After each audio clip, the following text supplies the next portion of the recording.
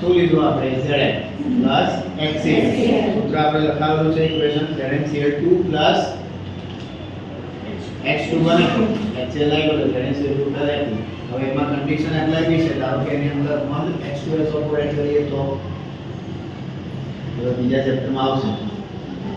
તો ZnSO4 બને ZnCl2 ની બદલે ZnSO4 અને H2 તો એની જગ્યા પર આવવાનું છે બરાબર ચલો બીજી કસોટી કેસ નંબર 1.5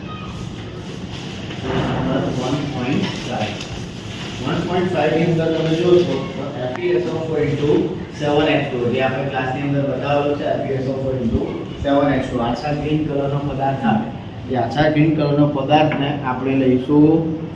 ટેસ્ટ ટ્યુબની અંદર તો દાખલો ભૂલી બહુ ત્યાર પછી એને બોચીમાંથી પકડી લઈશું ટેસ્ટ ટ્યુબ હોલ્ડર વડે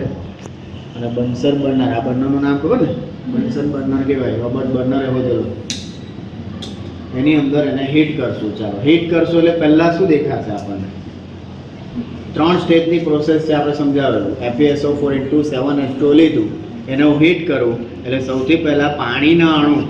દૂર થતા જણાય તો અહીંયા તમને બાષ્પ બી દેખાશે થોડી વાર એને ગરમ કરશું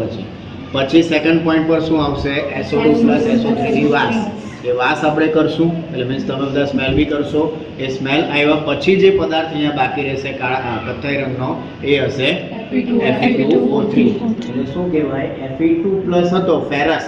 એમાંથી બન્યો ફેરિક Fe3+ માં કન્વર્ટ થયો એને આપણે અહીંયા જોઈશું બરાબર સૌથી પહેલા પાણીના અણુ જોવા દેખાવે છે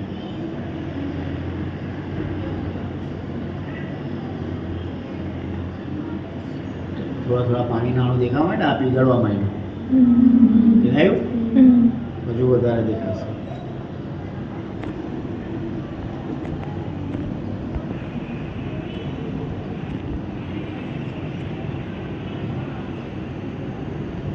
હવે વધારે દેખાય પીગળવામાં આવ્યું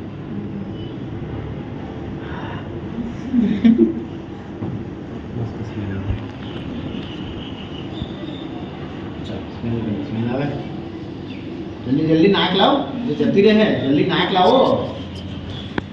आवे लीधु